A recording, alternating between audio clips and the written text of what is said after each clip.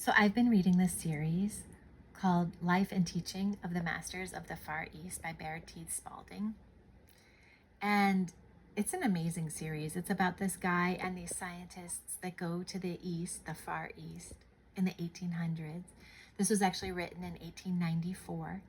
And they were trying to see what's up with these masters, what they can do, what they say, if it's real, if it's fake, kind of hoping to debunk things, I think.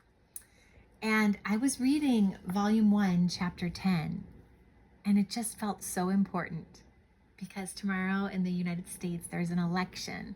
And I think that whether you believe in Columbus or not, whether you think he's the most evil person or the people that came here from other countries are the most evil people, or if you think the world is round or flat or whatever your beliefs are, I think the conversation that's had between this master named Emil and Baird is just so poignant. It's important to remember what we have, where it came from, and where we want to go, most importantly. And this conversation that I'm going to read to you happened on the 4th of July, which is why it happened. And just a little history into volume 1, which is all I've read so far. So far, these scientists and researchers following these amazing masters have seen many crazy things, many works, many wonders, many things we would call miracles. And they're not sure how it's happening or what exactly is going on, and their brains are kind of spinning. And also they're having these really deep discussions. So all of that is super duper interesting, so I highly recommend this book. But now we go into chapter 10 in volume 1, where Emil is talking on the 4th of July. He says, "We love to call your country America, and all of its inhabitants Americans. You will never know the joy these few moments bring to me on this day of such import, to be able to talk with you and see eye to eye with a small group of Americans who were, with one exception, born in that great land. Let me say that it has been the privilege of some of us to have beheld your country long before Columbus started on the memorable expedition. There had been other attempts at discovery, but they had come to naught. Why? Simply because of the absence of that one God-given quality, faith. The one who had the courage and faith to see and carry out the vision had not yet awakened. The moment that soul awoke to the realization that the earth was round and there must be land on the other side equal to that already known, we could see that another great historical epoch had begun to unfold. Who but the great omnipotent one, who sees all things, could have awakened that little grain of faith in the soul of Columbus? What were his first words as he stood before the Queen that day, not recognizing the higher power? "Dear Queen, I am firmly convinced that the earth is round, and I wish to sail forth and prove it." I do not know whether you recognize it, but those words were God-inspired, and Columbus was recognized as one who had the determination to carry out what he undertook. Then the long sequence of events started to unfold, which was shown us years before, not in its entirety, but enough so that we have been able to follow. Of course, we dreamed of the almost unbelievable wonders to be accomplished and recorded in the seemingly short span of years has passed, but those of us that have been privileged to live through it now fully recognize that far greater wonders are in store for your great nation. We feel that the time has come for your nation to awaken to its true spiritual import, and we wish to do all we can to help you to this realization. It appears that their interest in us was prompted by their great desire to have America accept the Christ consciousness and realize her possibilities. They know that her inception was truly spiritual, and through the fact she is destined to be a leader in the spiritual development of the world. Emile continued, think of this made possible by the little seed of faith planted in the consciousness of one man they allowed to develop. What has happened? Can you realize it? Columbus, in his day, was thought to be an impractical dreamer.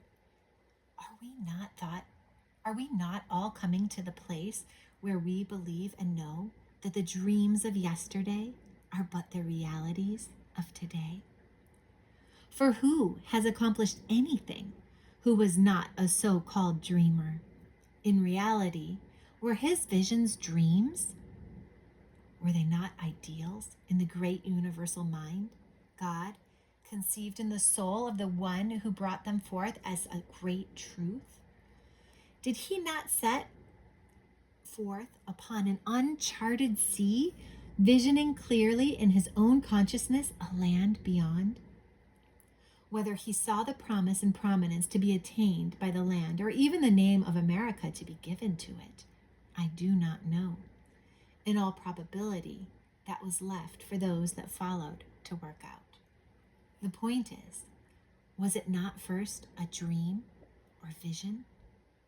We already see some of the wonders unfolded, but we can only visualize the wonders yet to follow as the result of that one vision. In this way, we may recount the many visions that have helped to make the world a better place in which to live.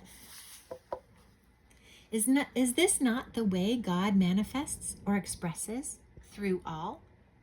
The one that has already brought forth is the one that has the greater faith in God, either consciously or unconsciously. Think of that soul setting out upon what was then an uncharted sea, the hardships, the trials and discouragements, with but one thought uppermost in mind, the goal. Then events led on and always up to the day when that little handful embarked on the Mayflower, seeking freedom to worship God in their own way. Think of it, in their own way. Taken in the light of the Spirit and subsequent happenings, does the real truth come? Did they not build greater than they thought? Can you not see the hand of the great omnipotent one above it all? Then came the dark days when it seemed as though the first colonies would be snuffed out. But what God has set his hand to must triumph. Still later came the great day of the signing of the Declaration of Independence and choosing either God or oppressor. Who prevailed? Who must always prevail? Whether you realize it or not, the struggles of that little body of men in those memorable days and the act of affixing their names to that document is one of the greatest epics since that of the advent of Jesus into the world. Then came the strokes of the Independence Bell. Believe it or not, the first strokes of that bell were known to us as truly as if we had been standing beneath it. That bell magnified and sent out the vibrations that emanated from that little center until someday they will penetrate the deepest and darkest corners of the whole earth and thus enlighten the darkest consciousness. Look at the trials and vicissitudes that led up to that event. Was not the great child born that day? See the great souls that dared to come forth to sponsor the child. Had they lost heart, see what might have happened. They did not falter or lose heart. What did happen? This greatest nation of all the earth was born. Her trials and tribulations since bespeak what? Are they not closely allied with the unfoldment of that great soul, Jesus of Nazareth? Cannot those that signed the Declaration of Independence that day be likened unto the wise men from the east who saw the star, symbolizing the birth of the babe in the manger, the Christ consciousness in man? Did they not perceive the star just as truly as those of old? Calling to mind the words of that declaration, can you doubt that every word was God-inspired? Stop a moment and think. Is there a parallel in all history? Is there, or was there ever, a document like it from which it could have been copied? Is there any doubt that it came direct from the universal mind substance? Is there any doubt that it is part of the great creative plan being brought into manifestation? Is there any doubt that it is a successive stage in the working out of that great plan? Is there any question that the watchword e pluribus unum, one out of many, or unity out of diversity or multiplicity, was adopted during the successive stages of evolution of the spirit of truth? It certainly did not emanate mechanically from man's mortal mind. Then the emblematic phrase, "In God we trust." Does that not show the most sanguine faith or trust in God, the creator of all? Then the choice of the eagle, the bird which represents the highest aspiration, as the emblem. It shows that these men were deeply spiritual, or they builded better than they knew. Can you doubt for a moment that they were all guided by the whole of the God Spirit in creative action? Does it not bespeak that America is destined to be the guide to the whole world? Consider the history of your nation. There is not a parallel in the history of the nations of the whole earth. Can you not see each succeeding step leading up to its fulfillment? Can you believe that there is any other than a mastermind working out its unfoldment? Can you doubt that it is the great omnipotent God guiding its destiny?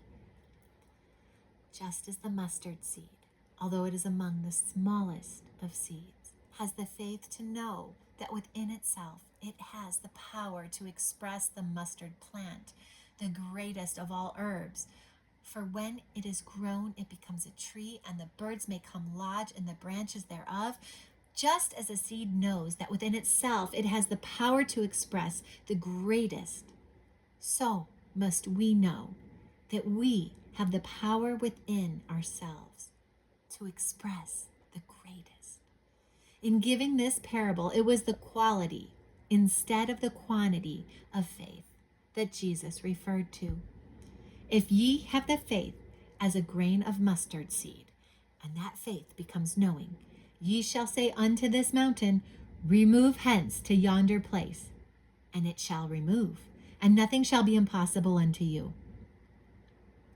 Just so the frailest poppy seed and the mightiest banyan tree, the bulb, the plant, the tree seed, all know that they can express the greatest. Each has an exact picture or representation of what it must express. So must we have an exact picture within ourselves of what we desire to express. Then there must be an inner perfecting wrought by hourly preparation, and this perfection will come forth. No flower ever burst into full bloom without this perfecting inner urge. A moment before the bud was confined within the sepal sense of self. But when this inner perfection is complete, the flower bursts forth beautiful.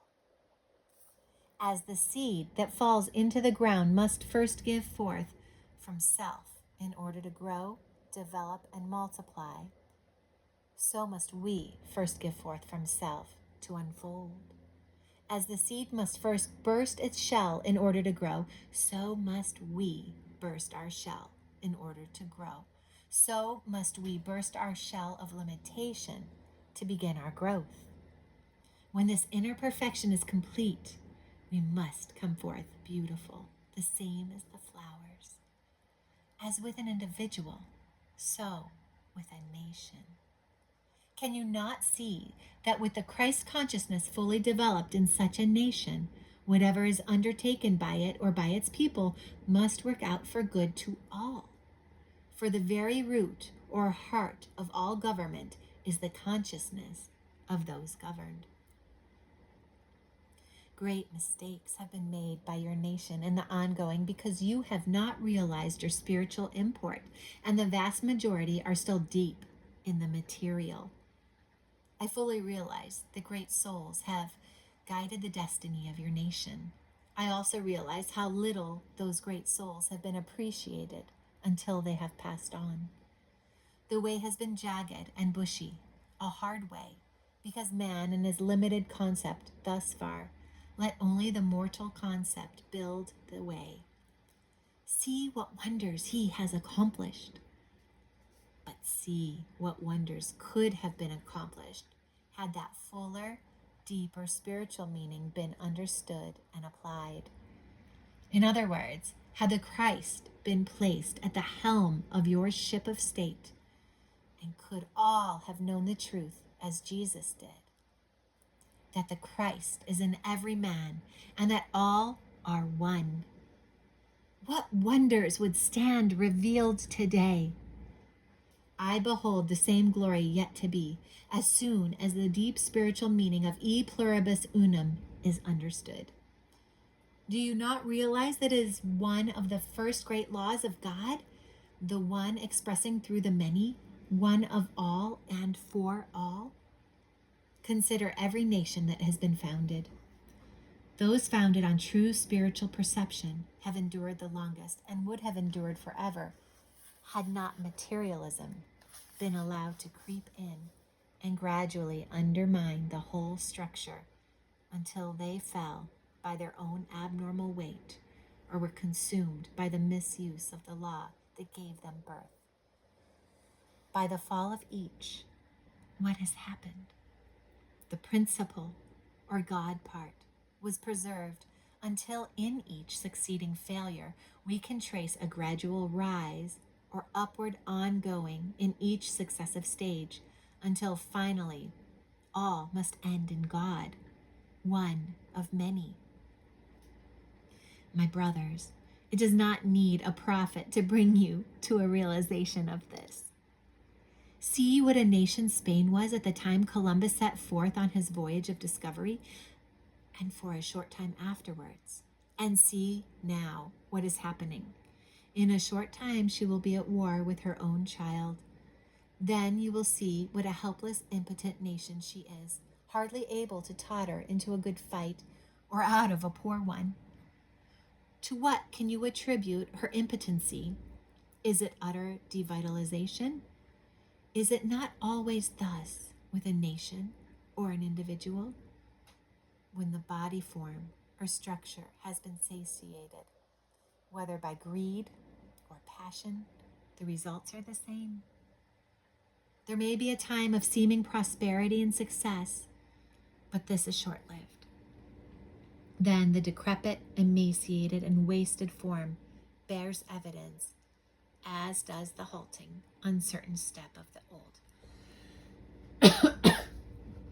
Whereas, had they conserved and developed their spiritual power, they would be as resilient and buoyant at 500, 5,000, or 10,000 years, or eternally, as they were in the heyday of their ascendancy.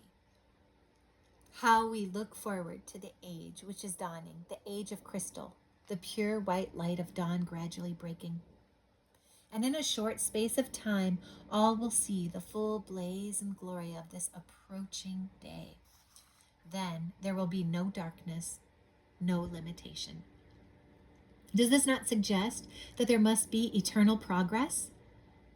If not, all must return to that from which it sprang, the universal substance.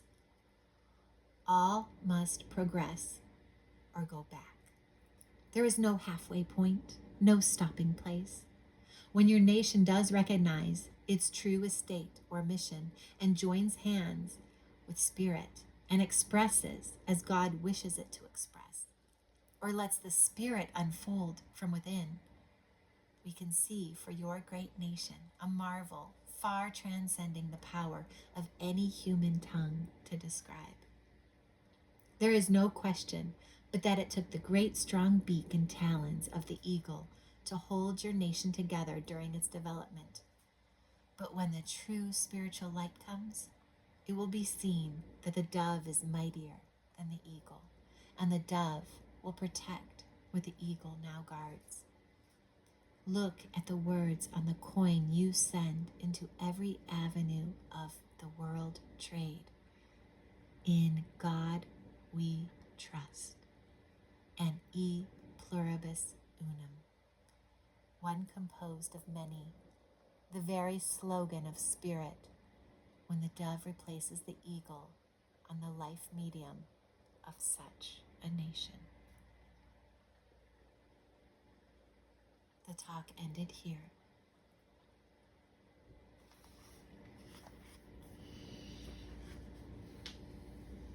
And I know there's details that you could find to argue with. And I implore you to see the big picture, the intention. Feel into and feel for the truth, because it's right here. It's right here. Have a great day.